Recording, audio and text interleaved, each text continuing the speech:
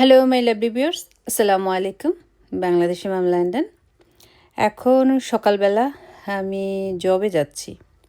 School holiday, বাচ্চারা তো ঘুমিয়ে আছে।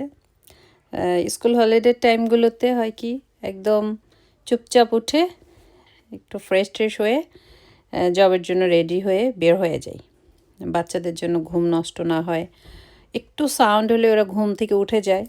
সবসময় চিন্তা করি সাউন্ড যেন না হয়, ওরা যেন না ওঠে, ঘুমটা যেন ভালো হয়। আসলে মা বাবারা এটাই মনে হয় চিন্তা করে, কিন্তু সন্তানরা কি বড় হলে সেটা চিন্তা করে? আমার মনে হয় না। যাক, আল্লাহ সব বাচ্চাদের জ্ঞান বুদ্ধি বাড়িয়ে দিক, তারা যেন তাদের মা বাবাকে সম্মান করতে পারে। তো আজকে ট্রেন স্টেশনে গিয়ে দেখেছিলাম ট্রেন চলবে না। কেন চলবে না? হয়তো বা কোনো ক্রাইম হয়েছে, পুলিশ দিয়ে ভরে গেছে, সেই জন্য আমার অনেক কষ্ট করে আসতে হলো। আমি সব সময় জবে আসার আগে 20 থেকে 25 মিনিট হাতে নিয়ে বের হই।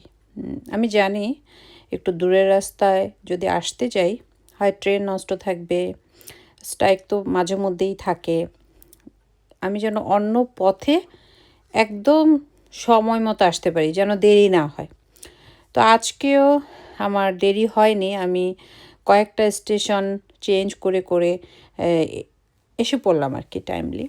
স্টেশন থেকে আবার আমার জবে সামনে যেতে হেঁটে 15 থেকে 20 মিনিট লাগে। আজকে জবে আসার পর চা খেলাম, বিস্কিট খেলাম, তারপরে কাজ শুরু করলাম। কাজ শেষ করে এই যে বের হয়ে গেলাম। চা খাওয়াটা দেখা হয়নি, কারণ পানির লাইনটা ভালো ছিল না। সেজন্য মানে আমিও খুব ইজি বোধ করছিলাম না, যার ফলে মনে হলো যে থাক। তো অনেক রকমের পারফিউম দেখলাম, মনে হচ্ছিল যে একটা পারফিউম নিব। এত দামি দামি পারফিউম, মানে আমি জব করার আগে জীবনেও কল্পনা করি নাই যে এত দামি দামি পারফিউম আমি দিতে পারবো, যেটা সত্যি কথা। এখানে আপনার 300 পাউন্ড, 350 পাউন্ডের পারফিউমও আছে। আমি এগুলোর নাম জীবনে জানতামও না, এত দামি দামি পারফিউম এখানে। আমি বড়জোর 3-4টা নাম জানতাম। এখন এত বছর ধরে জব করার ফলে অনেক কিছু সম্পর্কে আইডিয়া হয়েছে, কত রকমের ব্র্যান্ডের নাম যে এখন জানি। যাক, আল্লাহর কাছে লাখ লাখ শুক্রিয়া। আমার খুব পছন্দের এই গুচি পারফিউমটা, এত সুন্দর ঘ্রাণ। মানে এগুলো ঠিক আছে আমাদের জন্য, শ্যানেল, গুচি, কিন্তু আরও কিছু পারফিউম আছে, মানে ব্র্যান্ডের নামগুলো বলতেও দাঁত ভেঙে যাওয়ার মতো অবস্থা, আর দামের কথা আর কী বলবো।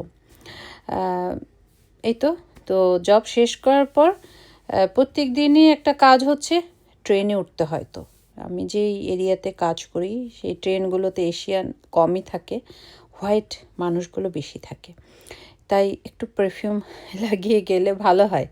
তা আমরা যেহেতু স্টাফ, আমাদের জন্য কোনোটা না নেই, আমরা সুন্দর করে আসার সময় দিতে পারি, সারাদিনই দিতে পারি, কোনো সমস্যা নেই। শুধু পারফিউম না, যে কোনো কসমেটিক্স আমরা ইউজ করতে পারি আমাদের নিজেদের জন্য। যে জবে আছি, একটু হালকা করে লিপস্টিক বা মেকআপ দিলাম, কিন্তু টেস্টারগুলো না ইউজ করাই ভালো। টেস্টারগুলো ইউজ করলে দেখা যায় অনেক সময় আপনার অসুখ হয়ে যেতে পারে। যেমন আপনি হাতে দেখতে পারেন, হ্যাঁ, একদম নিজে আমরা যে সেজে নেই বা লিপে লিপস্টিকটা লাগাই, এটা না লাগানোই ভালো। এতে অনেক সময় অনেক রকম অসুখ হয়ে যেতে পারে। তো পারফিউমটা আমরা সবাই খুব ইউজ করি। আমি প্রায় দেখি এখানে শ্যানেল বলেন, আরও অনেক দামি দামি পারফিউম ওরা টেস্টার হিসেবে রাখে, 2-3 দিনও লাগে না, একদিনেই 1 বোতল করে শেষ হয়ে যায়, এত দামি দামি পারফিউম। মানে সবাই শখ করে লাগাচ্ছে এরকম আর কি। তো এখন আমি একটু H&M এসে আবার দেখছি সেই জিনিস। আসলে রাস্তা দিয়ে হাঁটতে হাঁটতে এক একটা শপ পড়ে যায়, তখন ওই দেখা জিনিসগুলো আবার দেখি, ভালোই লাগে। আজকে শুধু না, প্রত্যেক দিনই বাচ্চাদের নিয়ে আমরা খুব আনন্দ করি, এবং আমার মেয়ে যখন ছোট ছিল তখন আমরা খুব মানে সময় দিয়েছি ওকে। ওর আব্বুর একটাই কাজ ছিল আদ্রিতাকে নিয়ে প্রত্যেক সপ্তাহে বাচ্চাদের মুভি দেখতে যাওয়া, আদ্রিতাকে KFC খাওয়ানো, মানে হালাল KFC। তারপর হাদ্রিতাকে নিয়ে পার্কে যাওয়া, ওয়েস্টার্ন পার্কেও একটা ঝর্ণা ছিল, সেখানে ও গোসল করা পছন্দ, মানে অনেক অনেক আদর করে ওদেরকে মানুষ করেছি।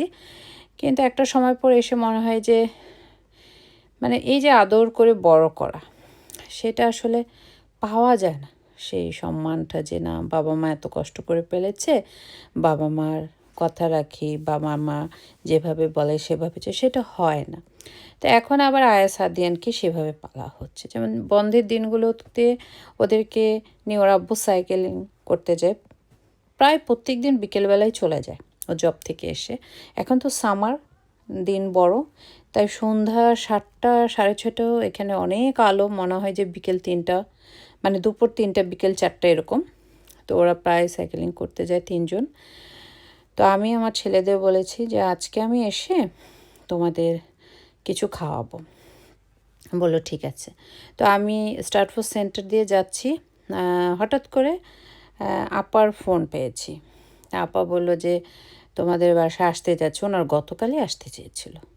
গতকাল আমি একটু বাইরে গিয়েছিলাম, আমি বললাম যে আজকে তো আমি একটু ব্যস্ত, বলে তাহলে আগামীকাল আসি। তো আজকে আসবে সেটা আমি না করতে পারি না, এটা খারাপ দেখা যায়। তো আপাদের জন্য একটু মানে কি রান্না করব সেটা মানে হালকা করে একটু উইন্স নিয়ে আসলাম। তো বাসায় আসার পর আয়াস আদিয়ানকে নিয়ে গাড়ি নিয়ে মরিসনে গাড়ি রেখে ওদের যে পছন্দের শপ সেখানে খেতে নিয়ে আসলাম। মাঝে মধ্যে আনতে হয়, হলিডে তো ওরা কোথাও যাচ্ছে না এবার হলিডেতে, তাই মাঝে মধ্যে যদি বাচ্চাদের নিয়ে না বের হই ওরা মানে খুব বোর ফিল করে, ভালো লাগছে না বাসায়, যেহেতু আমার এখানে রিলেটিভস অত নেই। তো সেই জন্য ওরা বলছিল যে আম্মু আমরা স্পাইডারম্যান মুভি কি দেখব। আসলে আমি একদিন বলেছিলাম যে স্পাইডারম্যান এসছে তোমরা কি বলো, তো ওরা আবার সেটা বললো যে কি বলো তুমি দেখবো কিনা, বললাম অবশ্যই দেখবা। তো ওর আব্বুকে বললাম যে আজকে দেখো, তো বললো যে ঠিক আছে তুমি অনলাইনে টিকিট বুক করে রাখো। আর মুভি দেখা মানে হচ্ছে আমার ঘরের সাথেই তো মুভি, যে ওয়েস্টফিল্ডেই মুভি হল। বললাম ঠিক আছে সমস্যা নেই। তো আপারা আসবে বলে একটু ড্রিঙ্কস, তারপর উইন্স তো তখনই নিয়ে আসলাম। তো উইন্সটা এনেই আমি ভাবলাম যে না মুভি দেখার আগে হালকা করে একটু ফ্রাইড রাইসের জন্য সবজিটা করে যাই, আর ফ্রাইড রাইসটাও রান্না করে ফেলি যেহেতু ভাতটা করে ফেলেছি, আর উইন্সটা একটু মাখিয়ে রাখি। আর লাউ দিয়ে মানে যা যা ছিল ইনস্ট্যান্ট সবজি করলাম। আর আপারা যখন আসবে তখন আমি এই স্যুপটা করব। তো ওনারা বললো যে ওনারা 7:30টার দিকে আসবে। ঠিক আছে।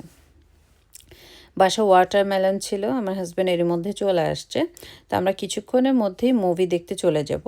মাঝে অনেক টাইম পেয়েছি, যেমন আমরা বাসায় 4:30টার মধ্যে বাসায় খেয়ে দিয়ে আয়াসাদেরকে নিয়ে চলে আসছিলাম।